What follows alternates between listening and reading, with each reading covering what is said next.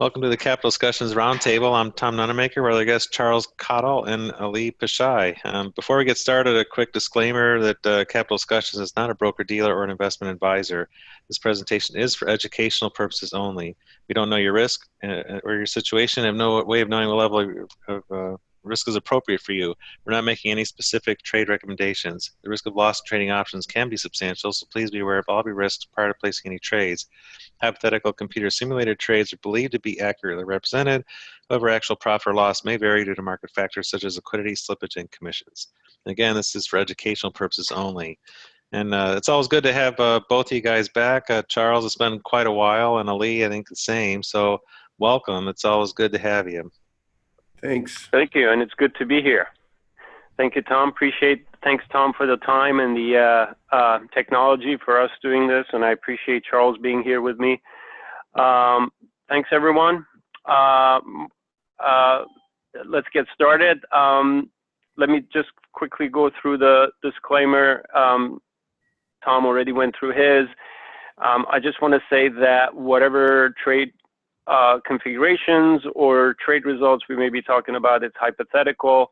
There's risk involved, so you want to be fully aware of that, and future results don't necessarily reflect past results. So, and none of the discussion today, should be considered trading advice. It's purely for educational reasons, and if you ever hear me say you should do this or do that, you should cross that out and replace it with the words Ali does this and Ali does that, or Charles does this, Charles does that. So just to be very clear on that. A little bit about a background about me. I've been actively investing in trading options since 2001. I basically trade my own account, manage family funds. I also provide consulting and mentoring services, and I run a free private Google group called Active Options. If you're not a member, many of you already know, but if you're not a member, shoot me an email. I'll send you an invite. And on the line, we also have Charles Cottle, the risk doctor himself. Charles been a market maker, floor trader at the CBOE, CBOT, and CME in the 80s. He's been a director of instruction at ITI, worked with Tony Saliba on that project, and I don't know if most people probably know Tony Saliba was the only options trader featured on the Jack Schwager Market Wizards book. So Charles is also co-founder of Thinkorswim.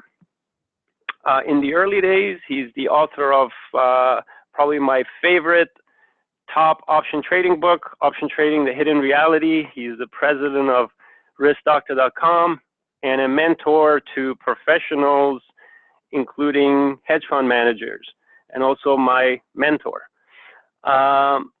With that as a background, I always encounter a lot of traders through my consulting and mentoring work, and I get a lot of questions via email or personal, and I typically ask traders, well, what do you want? What are you looking for? And the majority obviously get into trading to make money. I mean, that's the number one thing that people say, that they want to make consistent money in trading.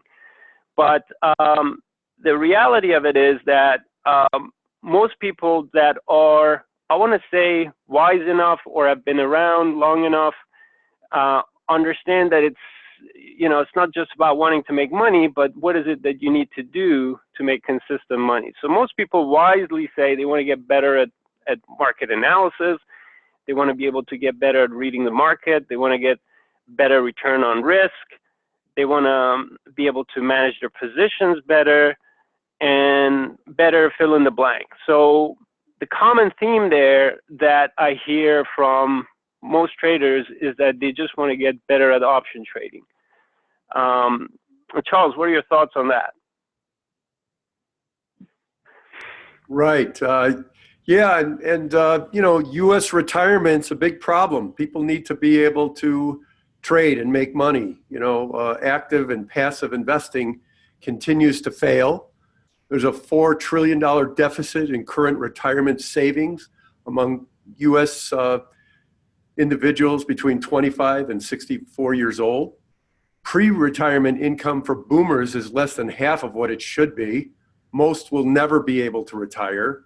86% of Americans believe that the U.S. is facing an unprecedented retirement crisis. Over 80% of all investment funds fail miserably and underperform the S&P, and that's over the last 10 years. And 90% of adults will need an active source of income to survive in retirement indefinitely.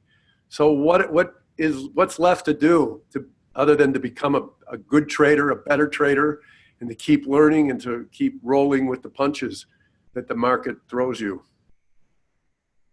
Yeah, that's exactly right. Or better investors. I mean, I've personally come across so many people that I ask what their plans are, and they're around my age or a little bit older, and in reality, a lot of people are in trouble. They don't even know it. So I 100% see that. I agree with that. So,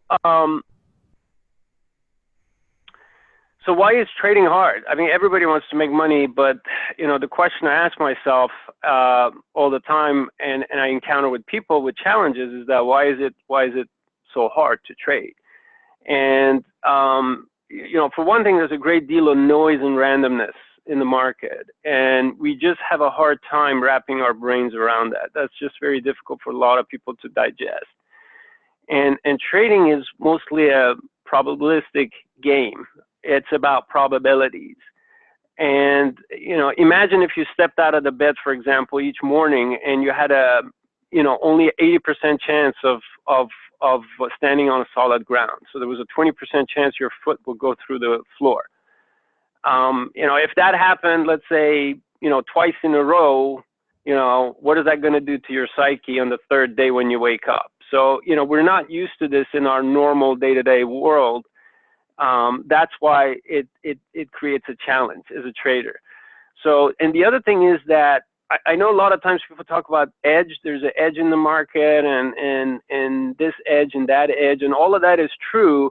But one thing I don't think a lot of people realize or pay attention to is the fact that the market edges is constantly shifting and changing. We go through this, and a good analogy, for instance, a lot of times people like to compare trading to the casino. Be a casino. Casinos have an edge. Trade like a casino. The difference between casino and trading is that casinos have a fixed edge. Those tables don't change. The probabilities don't change. In trading, it's different. Things shift. Even if you're let's say you sell premium, so you sell a volatility risk premium, even that edge changes. So that's what makes things difficult. And also trading is very competitive. And it's not just competition with others. For one thing, the edges that used to be there when the options came out in the 70s are not there. Option pricing models came out, those inefficiencies got resolved. But it's also very competitive, in my opinion, because we kind of compete with our own psyche. We're kind of in a competition with our own primitive reptilian brain, if you will. So that's what I think makes trading kind of difficult. And it's good to bring it to the focus, because once you know what the problem is, at least you have a point of focus. Charles, you have any thoughts on that? Well, yeah, Ali said it before, and it's in a lot of books. Consistent profitability is it's about gains and losses over a series of trades. And inconsistent traders get discouraged about individual losses, which are expected, and they abandon their hard-learned strategies and just throw in the towel. Yep, that's absolutely the case. So how do we get better? In other words, so if that's the problem, if that's the objective, if most people want to get better, how do we do that? Well, the common path that we go through, and I think it's the right path, at least initially, is to gain knowledge. And when we're talking about gaining knowledge, we're talking about learning the option mechanics. What is a put, what's a call, what the Greeks are, and training and learning a few trading strategies. And you have to kind of go that path of learning about options. And then we need to develop skills in that area, meaning practicing, journaling, whatever tools we can get to kind of improve our game.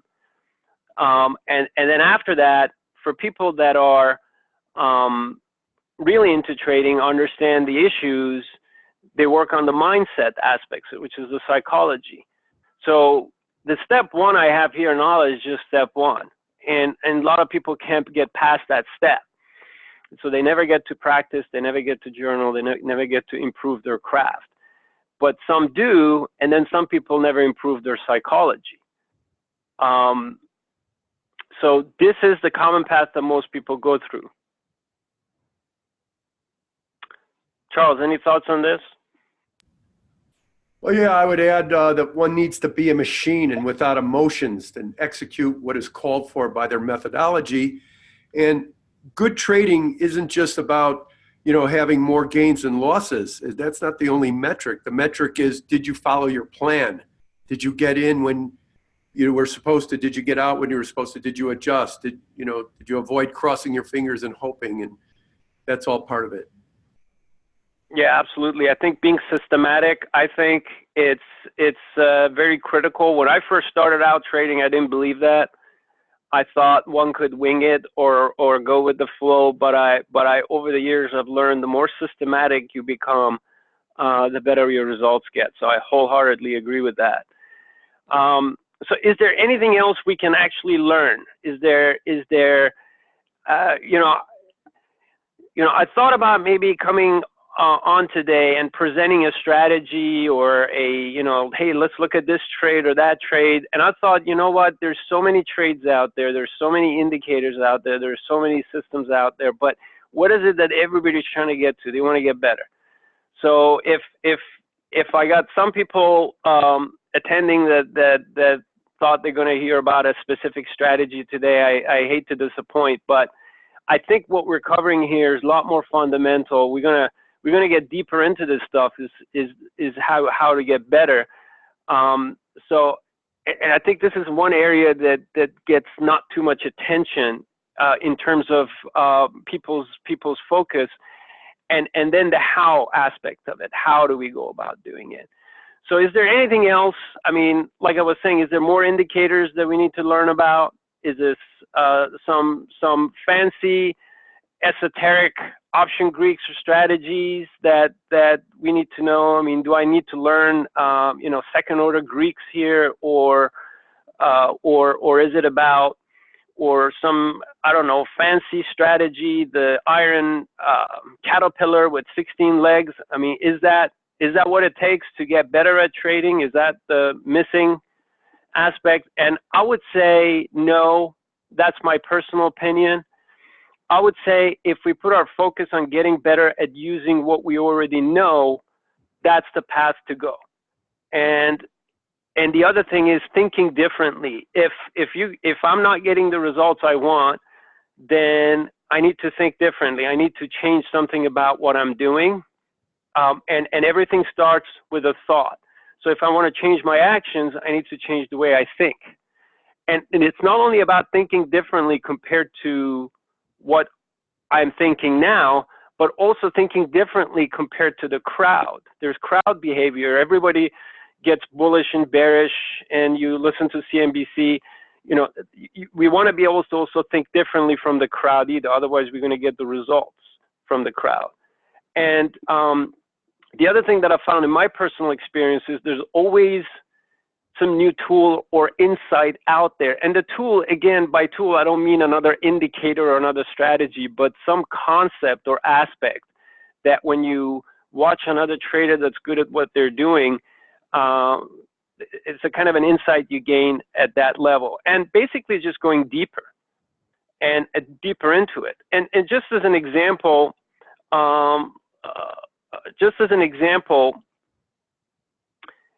this just show you a very simple yet effective system that what I'm talking about. For those of you taking the SPY strategy, this is the R330b system. It's 100% mechanical. It doesn't use any fancy indicators or proprietary technology. It's 100% mechanical, and it uses two simple indicators that you can find on any charting platform, bigcharts.com, price action. And why does it work? or has it worked in the past? Can't tell about the future, but because it's based on solid principles. And this is an example of doing better with what we have, just to demonstrate. So how do we go about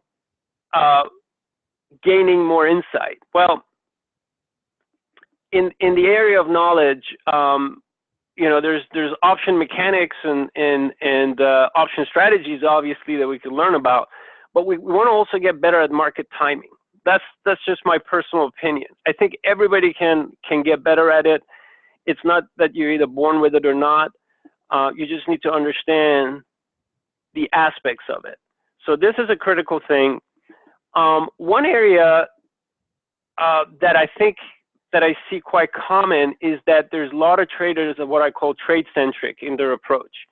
So their focus is on getting in and out of a very specific trade configuration or a trade structure. So their thinking, their planning is around, you know, how do I get in and out of this calendar? And what I've seen in really good traders is that they're more value-centric in their trading and thinking. So their focus is more on getting in and out based on value. And what I mean by value is quite simply, if you look at it in a very simplistic terms, we're talking about selling expensive premium, buying cheap premium. But it gets a lot deeper than that, you know, and I'll show you what I mean by that.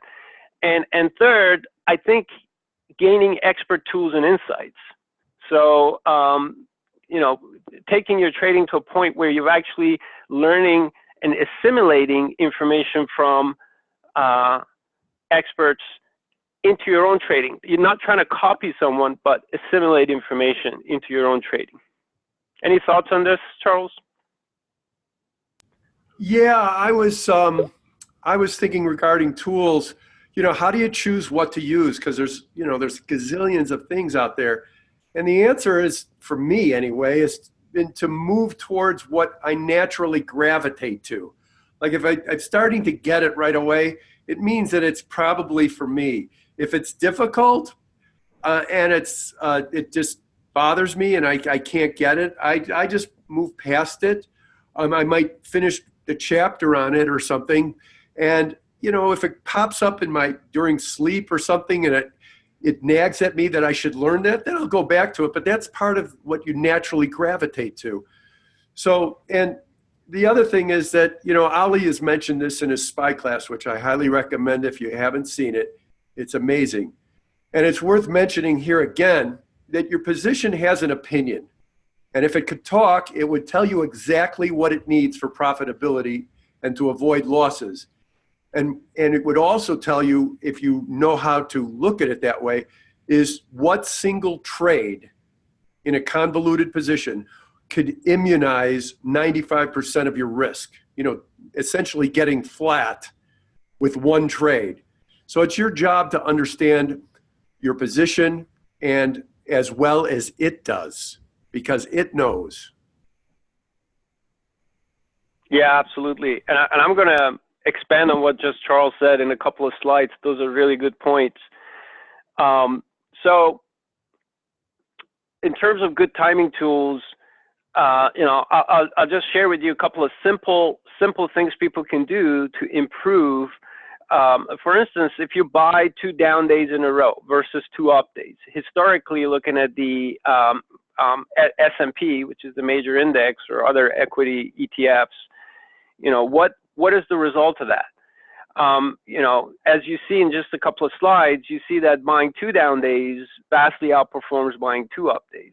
The other thing I see that people have a problem with timing, and this could vastly improve, in my opinion, people's timing, market timing, is that they try to time every single move in the market, every single turn in the market. And I think that's just generally a bad idea. That doesn't work. And the other key thing is, I see people always get in trouble is where they constantly try to pick the top of a long-term trend. I see that as a big problem. And if you just stay with the long-term trend, it's such a simple thing to do. It may be conceptually difficult, but taking some of these basic things and incorporating them into your trading, I think you see big results.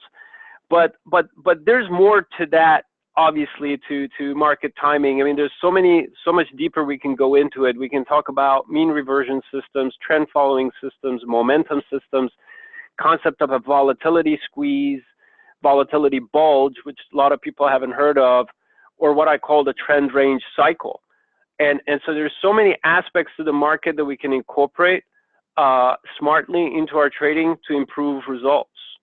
Any thoughts on that, Charles? Oh, no, not at the moment. All right. If I can pick up the pace. So here's an example of buying 2 down days in a row. You see the equity curve. The blue line is the S&P. The green line is the equity curve for that system. You see that it's generally outperformed the market. And here's some stats with regards to it. You see that it's been right 60% of the time. But the one number that I would look at is the profit factor of 1.37, which combines the win-loss ratio as well. Here's an example if you buy 2 down days in a row. So, and by the way, the exit for this is you exit 10 days later on an up day. So we're not really testing how efficient or how good our exits are. We're just testing our entry criteria at this point. And here's the result of that. You see that it's got obviously the same probability, but you see that the results based on the profit factor are weaker. Now, what if we flip that and said we bought 2 up days in a row, but above the 200-day moving average? We see that the results improve, but again, no, not as good as the results of just buying 2 down days in a row. And there's kind of a hidden message there that says even in bear markets, meaning if we're below the 200-day and we buy 2 down days, that could be an effective strategy in and of itself as well. So there's a lot of insight into just testing very simple concepts in the market to see what works in the long run and kind of building a trading system around that. And I showed you the screenshot before. This is an example of the R330 System B, but I have a lot of systems like this that are all based on the same fundamental market concepts. And this is a long-only system that you could see how it performed even in bear markets. And here's some stats on it, and you see the profit factors over 4 with an 81% win rate historically. And for those of you that I first introduced it in my SPY class, which was, I want to say, a year and a half ago, if I'm not mistaken. And for people that have seen the live results of that, you know what we're talking about. So on the area of what I was calling the value-centric trading, you know, one simple but I would say naive approach to using it, and I'm just using this as an example so people understand what we're talking about by value-centric. You hear this all the time: sell option premium when implied volatility is high, and buy it when premiums are low. I would just improve that wording a little bit better and say buy it when volatility is high, but it's expected to decrease. So a lot of times people miss that nuance. They get in trouble for being too early or into selling premium or buying premium, and volatility has a bit of a sticky quality to it as well. So this is, you know, this is a topic that we can get deeper into with regards to volatility. But there's more ways of being value-centric in your trading. It's not just about randomly selling options or buying options because they're, you know, you think they're expensive or cheap. It's about how you structure your trades. It's whether, you know, you're trading butterflies or calendars, you know, how you're selecting your strike, how you dissect your position and evaluate it, and market timing. And let me just show you guys this real quick. But, you know, people were asking me about butterflies. This is the S&P. People were asking me about butterflies. And during this run-up that we had in the S&P, I was not buying butterflies because they were too cheap. The primary trading strategy structure I was using was slightly out of the money calendar spreads. And I was essentially riding the trend up with it. And it wasn't until this market condition kicked in where I switched to butterflies. So that's the kind of thing I'm talking about when I say you are more value centric, because it's dependent on your trade structures, your expiration, your strike selection. All of that can vary if you start thinking in terms of value. Charles, any thoughts on that? Yeah, I think you said something about butterflies too cheap. I think you meant that when volatility was really low, the butterflies weren't too cheap, but calendars were, so you switched to that. And then when volatility increased and made butterflies cheaper, you grabbed those. Thank you for correcting that. Yes, that's what I meant. And you know, I've always believed that, you know, I've always thought that I always had a market opinion because I've always used technical analysis. So I think that's really important.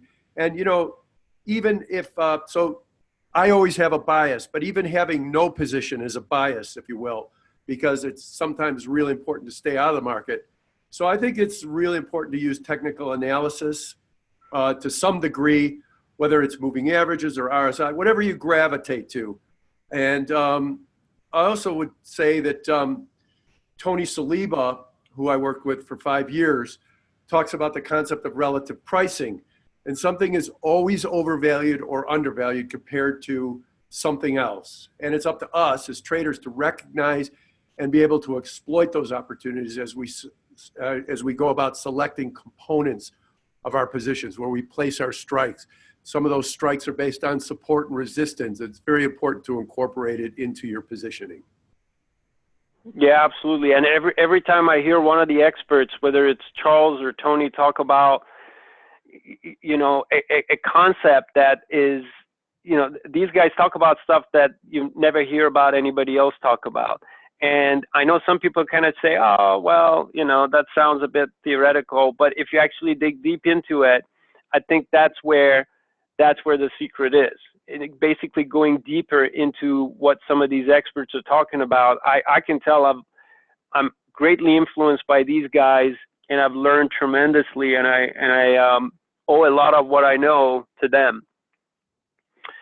So here's just a quick example of a person who's value centric in their trading approach, but has no concept of a butterfly or a calendar or, you know, looking at VIX or anything like that. And this is a valid approach too. And what you're seeing here is a choppy market condition on IWM with a simple oscillator. So what this chart is trying to convey, and the top part is basically IWM, the bottom chart is a put, specific put, that's also charted. And you can see that whenever there's a big drop in the market and we get an oversold reading on an indicator, you get an overbought reading on a put option, and vice versa. So somebody could be value centric by purely using charts, as long as they have a relatively good system, and then therefore this put here that you sell would be considered expensive, and then when the oscillator gets overbought on the underlying, the put gets relatively cheap. So we're not really trying to parse IV or do anything fancy here. My point is that even simple approach like this works. With regards to expert tools and insights, I would say everybody who trades wants to consider high reward, low risk trades as well in their arsenal. I am a big fan of high probability trades, but I think everyone needs to spend a little bit of time learning about how to trade with a high reward type of a trade strategy. You want to be very specific about defining what I call action points. You know, places in your trade or chart where you need to take an action. This alleviates a lot of the mental pressure when you set action points ahead of time. And I'm sharing with you insights that I have picked up and learned, you know, talking to experts and learning from them. But one of the key things they emphasize is position sizing and overusing leverage. This is a snapshot of a website that I found, and the URL is down here. It allows you to calculate the risk of drawdowns and ruins. And you can see from this chart that you can put in, for instance, a high probability example and a decent win rate, win-loss ratio. But if your percentage risk on it exceeds a certain threshold, that you literally putting your risk of having a major drawdown or a risk of ruin to a great degree.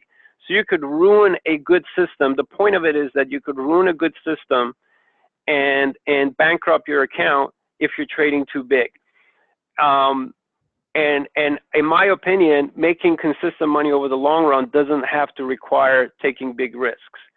And but there's more other tools we can use from experts and insights from experts. There's different management techniques. How do we manage our positions? How to pick better action points instead of just drawing support lines and saying, well, market breaks that, I'm going to get out, which could cause a lot of troubles. Is there better ways of doing it? Charles introduced the concept of dissection. What I call dissection on composition. How do you take trades apart, put them together? How do you manage by value versus Greeks?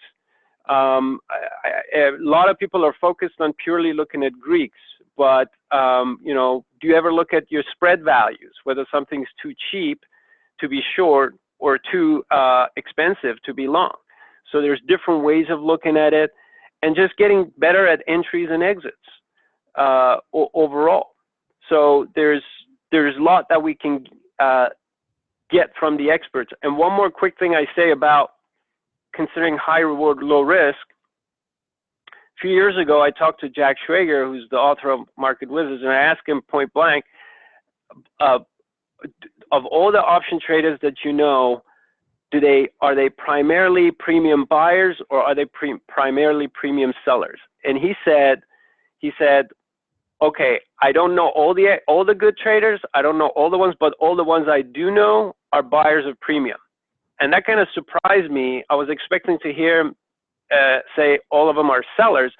But his point was that they're looking for these high reward, low risk scenarios. And they're willing to be wrong more often, but when they win, they want to win big. Now, I'm not an advocate of just doing low probability trades. But this is something to seriously consider. And I think there are ways to trade options where you don't have to go with a very low probability of win, where you can still go for a higher reward to risk ratio. And I think that's a big thing that I personally took away from talking to some of the experts. So on the skill area, what I would suggest is that in addition to practicing and journaling, we want to go a lot deeper and develop more distinctions into trading aspects. And so instead of becoming a master of 50 things, why don't we pick 2-3 things and get really good at them? And I'll give you some examples of that in the next chart, in the next slide. But I don't know if I'm kind of going fast. Want to kind of pause, make sure if Charles has anything to say before I move forward. Well, I mean, I think as far as size goes, I think, it's important to trade as small as possible until you become consistently profitable. But even then, trade small, because it's about, finding many opportunities and having those work for you instead of going for it. I had somebody who called me on February 6th. A lot of you probably remember that day. And in the SPX, this person had almost 100 giant butterfly configurations, and broken wing. Oh my God, and it was a battle to get out of that thing. And we actually, even though down 6 figures in the midst of it, within the next day, we got that down to where we made money on the trade just with adjustments. And so defensive trading, those have to be ready for you. So the most important thing to a trader is staying power.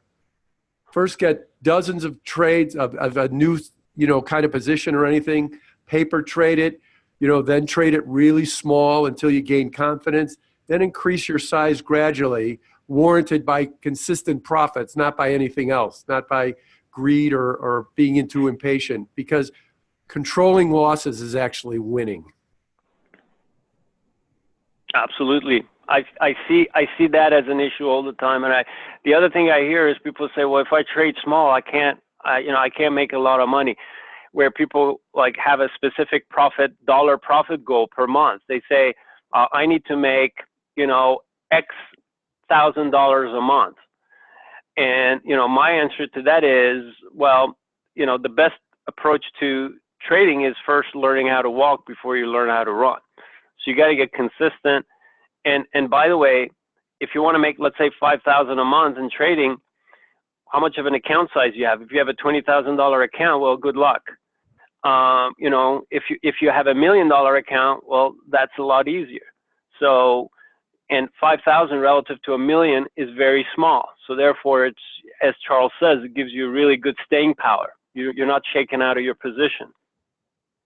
So with regards to depth and distinction, what I would say is you want to get to know your stock. Those are examples of how you can go deeper. You want to pick a few stocks and really learn their personalities. How do they behave on earnings? If it's an index, how does it behave when it's up a few days in a row or down a few days in a row? How does it behave when it hits the upper Bollinger Band, for instance, or lower Bollinger?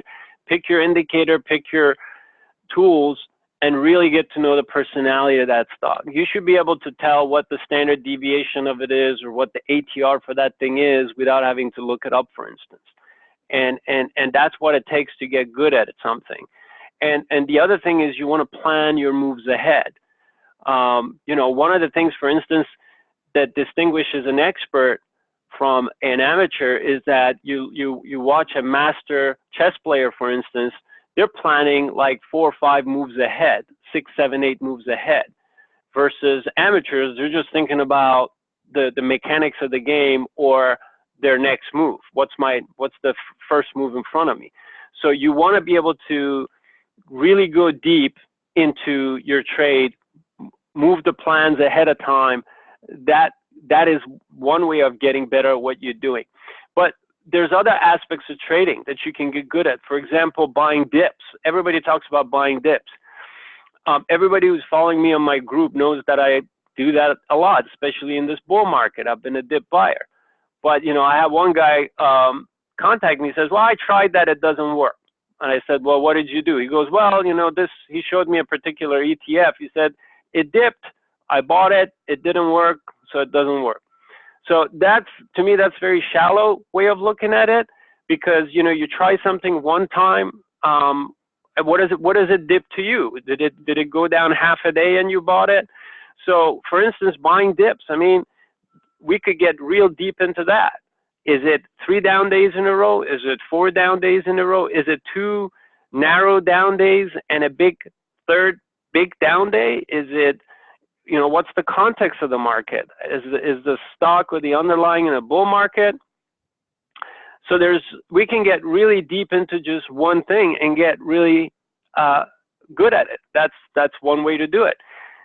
I can pick an option example, selling cash secured put. It's one of the simplest things traders learn when they trade options, to do covered calls or selling puts. I'll show you an example in a couple of slides where someone can get really good at that. Or any other strategy, whether it's buying a butterfly or management techniques, to me, it's all about going deeper into it. What do you think, Charles? Well, as far as, it's trader's choice as far as selling like a put. Personally, it's not my bag of tea, but I will sell put spreads. And, anybody who has a small account or hasn't yet proven themselves to be consistently profitable doesn't have a big enough account. If you're selling one put and you got $100,000 in your account, it's not going to be a big deal. But, I like the way that Ali taught in his SPY class. He says there's 2 ways. One with the naked aspect and one without, for those who don't have that appetite for the naked exposure. So I learned a long time ago, in the 80s, my cousin was a young trader. He was a clerk for me. He went off to try and make his living in the Eurodollars. I was trading in the bond options. And he came to me and he said, you know, I think I'm finished. I'm done. I can't do it anymore. I'm not, it's not working for me. I get slaughtered every now. I'm making consistent profits, and then all of a sudden I get slaughtered. I said, okay, come here. So I whispered into his ear. I said, there's only one. It's like, you know, from The Graduate, right? There's just one word, one word. What is it? It's plastics, right? But in this case, it was wings. I told him, you got to have wings. If you have wings, I mean, outside cheap options, then you could, you know, sell all the premium you want inside, because the other things will wake up and save your ass and make you a lot of money. So that same concept applies here. Rather than sell a put naked, go out, even if it's 5 strikes, buy something, because, you know, it could be a nightmare. So that's my only difference on that. But again, it's trader's choice. Nobody's right or wrong here. Ali, you know, manages it well. He keeps his size small enough that even if he gets obliterated, but he's also using that technical analysis that tells him and the different structures of the down move that differentiate it. And, you know, I'm sure you play with stops, right, on those situations, Ali? Oh, absolutely. There's a stop.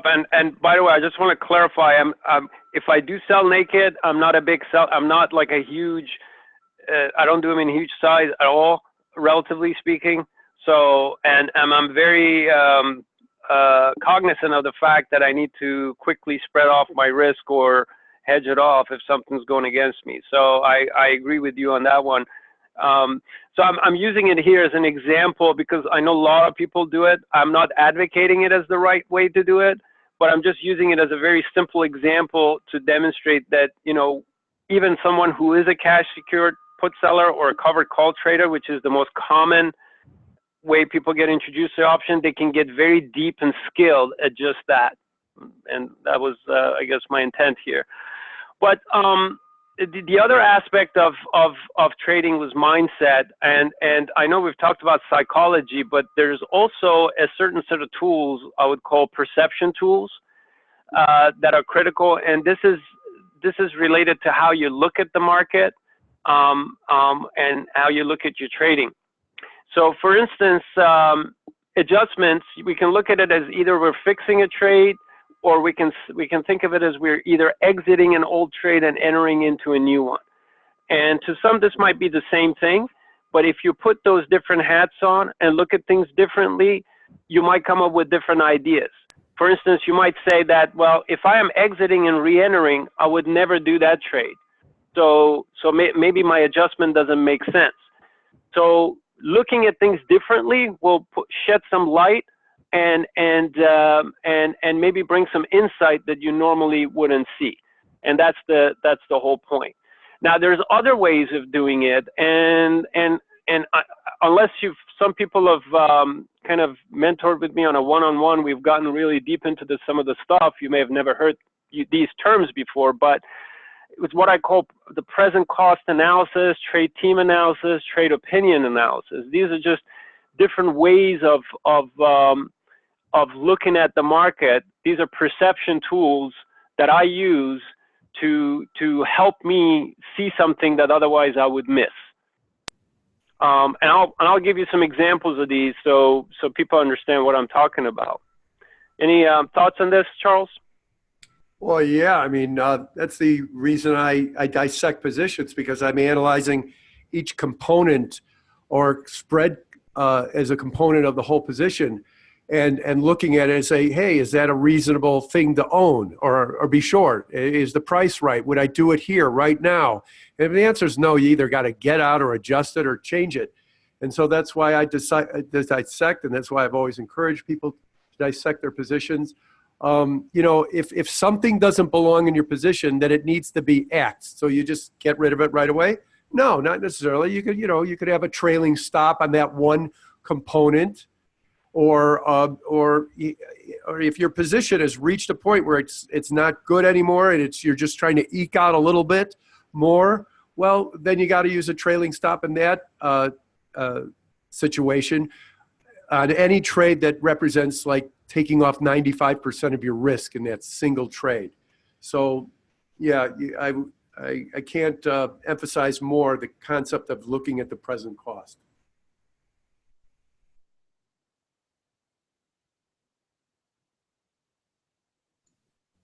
Ali, you there?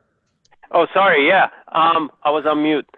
So yeah, so based on what we just said, let me give an example so people know what we're talking about here in concrete terms. So I'm just going to use cash secured puts again, again as an example because it's a common trade. So let's say you're a trader, you sell a weekly at the money cash secured put because of for whatever reason you had to sell it, and then let's say the stock drops, and now the put goes in the money and it's nearing expiration.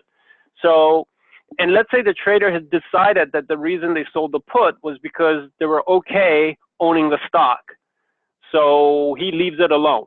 Now, the reason I'm using this scenario example because I hear this like everywhere. This is the most common template that people use for the reasoning behind their trading, right? So I'm kind of using this as a template of how this individual can benefit from these insights and expert tools and perception tools that we're talking about.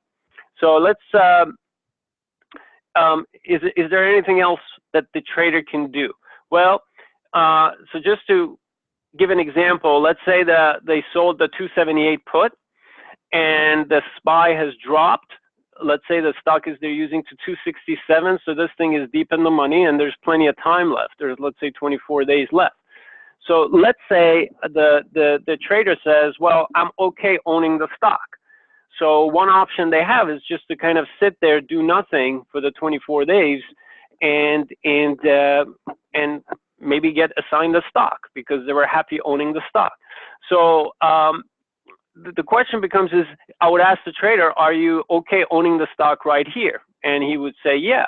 And I would say, you know, what would you do, you know, if the market bounced and you own the stock here, would you be happy? He goes, oh yeah, I expect the market to bounce and I'm good with owning the stock. I mean, that would be the reason why somebody would want to own the stock because they think it's going to go up.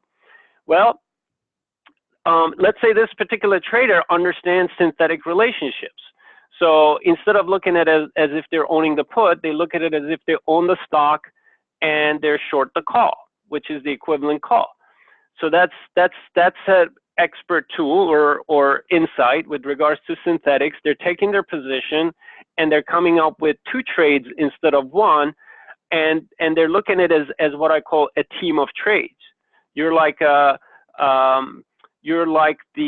let's say a team. A team is consisted of multiple players, right? So your portfolio has a team of trades that are in it. So one of the things you want to do is look at to see if each player is performing their role. Are they doing what they need to do? Well, the person is long a stock. Are you happy with being long the stock? And he goes, yes. But you're also short the call. Are you happy with that? And they might think they are, but in reality, they prefer to be, let's say, being long the stock. So one trade that the user can do is essentially buy this call. So if they're synthetically long the stock and short the call, they can buy the call back. And that puts them synthetically in a long stock position. Now, if their attitude or their perspective is that the market's going to bounce, then that's the right decision. But if they're happy being long the stock and short the call, that's that far out of the money, then it's fine. Now, if they do decide to buy the call back synthetically, putting them in a long stock position, maybe they can then ask themselves, if I'm okay spending 35 cents buying this, maybe I can find a different trade that achieves the same outcome but is better than this one. So in this specific example, the trader arrived at that decision that they're going to buy this call, even though they never owned the stock. They simply were short that put by simply applying their understanding of synthetics, applying their understanding of what I call trade team analysis, understanding the concept of what I call their trade opinion analysis, basically asking themselves, if I was the trade, what do I want the stock, what do I want the market to do? And it was value-centric thinking. They were looking at the fact that these calls were too cheap to be short because of the fact that we have such a high expected move in the market. It's an 8-point move and we have 24 days. and it's very easy for SPY to make it all the way back up here. So they were looking at it in terms of value, and they were looking at it as a present cost analysis, basically asking themselves the question, if I didn't own a position, what would I want to get into? So when they put all those tools together, they come up with a trade that they would have otherwise not thought of.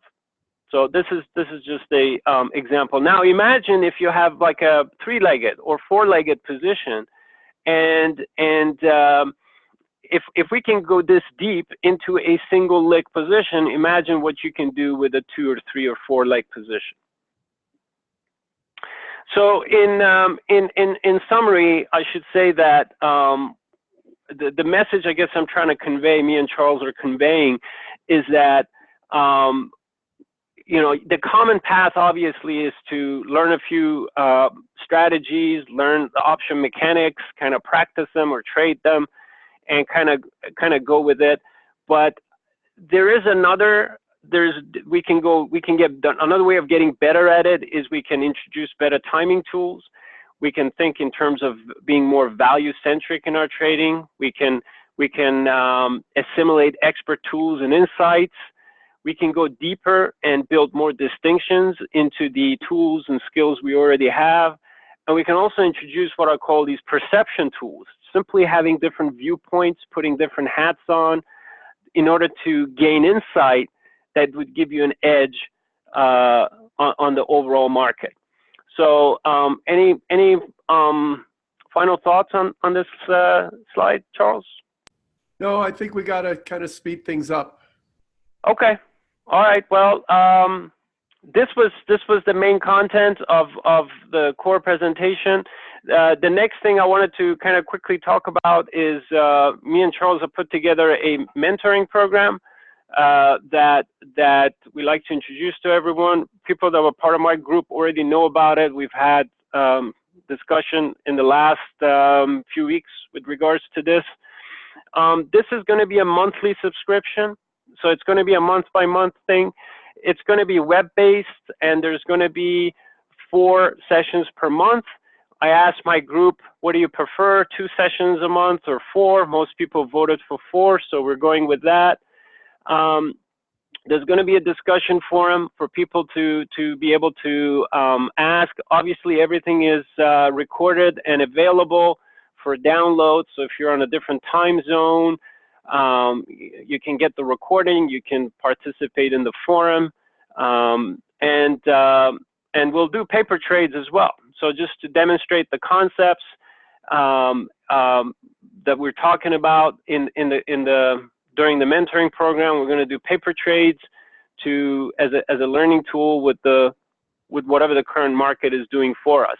Now this is going to be the way I'm thinking about this is going to be an educational package per month. So it is potentially an ongoing thing. We may continue this longer, but I can't commit, or we can't commit to saying that, okay, this is going to run for 4 months or 5 months or 6 months. So, but what I want to do, what Charles and I want to do is for each month be able to give people what I call an educational package. So you can think of it as essentially a course for a given month. So we can look at it as 1 course per month, or we can look at it as continued education. And it's going to be 1 month at a time for all of us. To be honest with you, this is my I've been doing consulting one-on-one and for very small groups, private groups in the past, but this is my first time doing this. I don't know how much of my time and effort we're going to have to put in. Both me and Charles, we like to provide a lot of value for people. So people would be trying this, and to be honest with you, me and Charles are trying this too. So the best I can do is make a commitment for the next month. That's why I'm kind of putting it as a package. So after a month, people can walk away with a nice class or course that they have learned something of substance. And then we'll see after 1 month how it goes. If people like it, if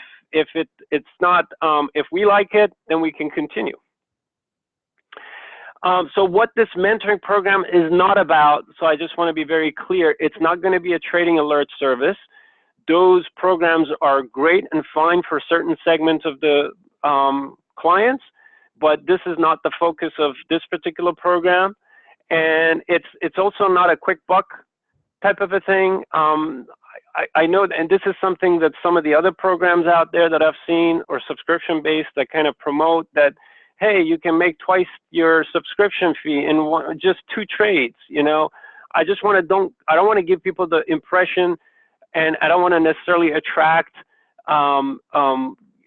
you know, that kind of an attitude that this is about making a quick buck, or that it's you know, it's about learning, and it's not about trading complexity. I don't want to, you know, start off by getting into 8-legged trades and all these kind of complicated Greeks and this and that. So you're going to see simple examples, basic examples. We're going to do complicated trades too, but this is going to cater to almost a large segment of trading population. So what it is about, it's about assimilating techniques and insights. It's about learning. It's about essentially getting better at trading. We will talk about specific option strategies. You know, I'll try to make it as systematic and as step-by-step criteria driven as possible. It's about learning market timing techniques that people have seen me use. It's about going deep into those and having deep discussions about that. It's about learning how to adapt to market conditions. So we get volatile market, trending market, you know, learning how to deal with different market conditions. And it's about learning to customize trading to your lifestyle. So I don't want to, what I think doesn't work is if I give a trade, design a trade, give it to someone and say, here you go, good luck with it for the rest of your life. What I want to do, what Charles and I want to do, is teach insights and help people assimilate it into their own style. So in order to do that, I'll talk about a little bit more specifics shortly, but it's about learning to develop a trading process. Okay, so how do you go deeper? It's about deeper thinking. How do you go deeper into trade? So bottom line is about becoming a better trader, and that's essentially the focus of the program. So I break things down into 3 categories. There's and maybe there will be a 4th one, actually, I should say, that me and Charles just talked about. The 3 categories of topics that are going to be covered per month is market timing, trading insights or tools and insights, and option strategies. So each month we're going to cycle through these things. So learn some market timing tools, learn some specific trading techniques like management techniques, adjustment techniques, and get into some specific option strategies that people want to learn. The approach is going to be, in my opinion, quite unique content. I haven't seen anybody else doing this, and it's also very customizable. So for instance, if we're going to talk about a specific trade, I give insights. Both Charles and I will give insights on how do you customize it to your lifestyle. If you're a long-term trader, short-term, if you want to do, you know, if you sit in front of a computer all day or you don't, you have a full-time job or not, so it's customizable. We want to give thinking process behind the decisions, not just, you know, enter here, exit there type of thing, just what the thought processes are, and be as systematic as possible and a criteria-based as possible. The feedback I've gotten from people is that they want to see as much of a step-by-step type of a procedure. And the reason I say it's unique, you'll see me do that with regards to the thinking process and the perception tools that I was just sharing with you, some of it today. Now, the prerequisites for this is going to be, you need to be an intermediate level option experience, means you need to have at least some experience trading options, and you need to understand basic strategies. You need to know what a put and a call is, you know, some basic understanding of what the deltas and gamma and vega, and, you know, nothing too deep, just basic. You need to know what a vertical spread is, maybe a calendar is, you know, so some level of option experience is going to be required. On the market timing, the candidate techniques and systems we'll be talking about are market timing concepts, not just setups, trend following systems, momentum systems, mean reversion systems, technical indicators and specific setups that I use, long-term, short-term, intraday tactics. And the reason I say candidate market timing techniques is because, as I mentioned, I don't know how long this will go. So this could be, like I said, we may go a couple of months and then we call it quits. So I can tell you that it will be driven also by feedback. So if a lot of people are asking for, if the majority is asking for me to focus on, for me and Charles to focus on some specific things, we'll probably shift our focus to that. And also price action, how to read price action. On the techniques and insights category, we'll talk about management techniques, how to manage your positions, risk management, position sizing, portfolio, optimal trade structures, perception tools, position dissection, composition, action points, applied synthetics. You guys saw some examples of that, converting a put into long stock short call synthetically and going through the thinking process there. So we'll talk about different types of management techniques for different type of trade structures, whether it's a butterfly or vertical spreads or whatever, and also value-centric thinking and trading process, which I think is key. The candidate option strategies that we're going to talk about is potentially trading volatility, VIX, VXX, long-term, short-term option strategies, as I mentioned, high reward to risk, and if there's a way to also make them a high probability, which is kind of an interesting concept, how can you have a high reward to risk and a high probability? But most of the time we're going to talk about, this versus that. We'll have trades in both categories, directional, non-directional strategies, long premium, short premium, dynamic hedging, and what are my favorite trade configurations? Like, what do I do? And I also have bring your own trades. So if you're trading specific butterfly configuration, BWB, you want to share it, you want to get my thoughts or Charles' thoughts on it. Charles is the expert in terms of being able to take your positions and make you see different things with it, and you can learn a lot from it. So if you bring your own strategies in the forums, we can discuss those. So what's the pricing for the mentoring program? The normal price is going to be $200 per month for 4 classes plus the forum. And you pay as you go. There's no long-term commitments, so there's not like a 6 months package. You can basically cancel it after the first month if you want. And we are giving a special pricing for the first month. We're dropping the price to $125, and there's an extra bonus for the first month for people that get involved for the first month. There's a bonus class on May 3rd, 8:30 p.m. That's next Thursday.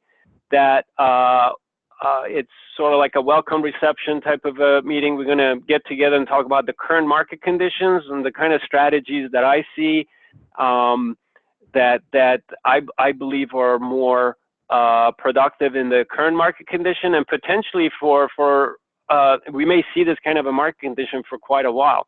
So for the first month, you're actually going to get 5 classes plus the forum for a discounted price.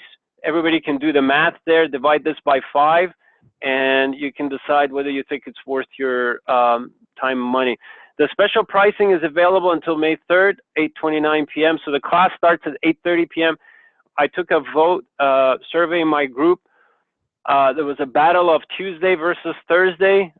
It kept going back and forth, but most people voted for 8:30, so we're going with 8:30. And our first class is going to be May 3rd, which is a Thursday. And then after that, we're going to switch to Tuesdays for now, but we'll see how things turn up. Tom has been gracious to set up a site for URL for people that are interested in taking advantage of this program. And like I mentioned, the pricing is available. The special pricing is available until next week. Now, the first month, the focus for the first month, the agenda for the first month, or the theme is going to be on credit spreads. I'm going to talk about, me and Charles, we're going to get through the, introduction to timing model, how I time the market, timing tools that I use for credit spreads. On the techniques and insights category, we're going to talk about vertical spread selection. How do you select your verticals, the position sizing. I'm going to get into why support, resistance, and delta might not be enough. I know a lot of people sell credit spreads based on delta. They sell, let's say, delta 15 or delta 20. I'm going to get into depth and detail on how to do better. Well, the option strategy is obvious. Our focus is going to be credit spreads, entry and exit criteria. So by the time the first month is over, my goal is to have the people that are serious to go through this know more about credit spreads and potentially vertical spreads than some people out there teaching it. So based on the material I've seen out there and what some people do, I think we're going pretty deep with this stuff. So that's the goal for the first month. And then after that, and I want to add this, that again, if you have trades you want to share, or you want to get Charles's opinion or my opinion, jump in. And I'm very flexible, meaning second month, third month, if we get a lot of votes, people coming in and saying, okay, Ali, and Charles, can you guys focus on this or do that? Or, skip this and do more of this. If the majority, if 70% plus are asking for one specific thing, my thing is we'll look at it, we'll try to accommodate. I mean, we're here to help people learn. So that's the final slide that I have. And I know I've gone overboard by 6 minutes, but if Tom permits, we can do a little bit of Q&A. Before he does, I just want to tell everybody that I invite anybody to submit any positions that you have, anything that you did like in February, as the market might have been pummeling you, and share that saga with me, and I'll pick the most interesting ones to do postmortems on as part of my weekly presentations. I will keep it anonymous. I'll change the names to protect the unknowledged. And I would need exact entries, from your account statement, dates, times, quantities, bought and sold, prices, commissions, so I can reconstruct it and take it step by step with each possible adjustment that the position, remember, it's not about knowing what happened in the past and saying, oh yeah, it's easy to say now. No, the position always is screaming at you what it needs. And I'm going to show you how to listen to what your position is trying to say to you along the way. So if you have any reasons that you made the trade from your journals or images that you pasted into your journals from your screens, which I encourage so you can reconstruct and learn from your own actions, then I can include them wherever necessary. That's it. Great. All right. There was a question from Fred. He asked, do you guys have any recommended option analytics software, like OptionNet, OptionView, TradeStation, Thinkorswim, LiveVol, etc.? I can go first. I don't use any of that, to be honest with you guys. I just use Thinkorswim. That's my platform. By the way, the indicators that I use are basically, I want to say 80% of them are common indicators. You can go on bigcharts.com and use them if you want. I have customized some of the indicators a little bit, but I'll share the script or the thing for it with everyone for charting. But I don't use any special software other than Thinkorswim. I do use WealthLab that I'm retiring, but it's an old clunky product that I'm using for some of the back testing and some of the technical analysis type of back testing results. But other than that, nothing else for me. And I don't think you need it. Personally, that's my just personal view. Yeah, I still just use Thinkorswim. Hell, it's free. Gotta like the price. Yeah. All right. Well, anything else before we wrap it up, guys? We don't have anything else, unless there's a specific question we need to answer before we hang up. But if you guys do have a question, feel free to email me. I did post my email to the chat box, and I think Tom posted the link. If you want to take advantage of the special pricing, you can click on that and go through that. But yes, shoot me an email if you have any questions. Okay. I think someone says it's not working. I don't know, but I think it is. Work for me. This is where it is redirecting to, so you can see why we made a little bit shorter URL. But you can click on that, and that should go direct, so there's no redirecting there. All right, then let's see. Mike says thanks for the presentation, and there is a recording, so I think we're good. So thanks again, guys. It's always good to have you on. I'm sure we'll have you on in the future, and look forward to the class. It sounds really great. All right. Thank you, Tom, for hosting it, and thank you, Charles. Thank both of you. Yeah, thanks for everybody joining. Thanks. Yes. All right. All right. All right. Thanks. See ya. Take care. Adios. Bye-bye.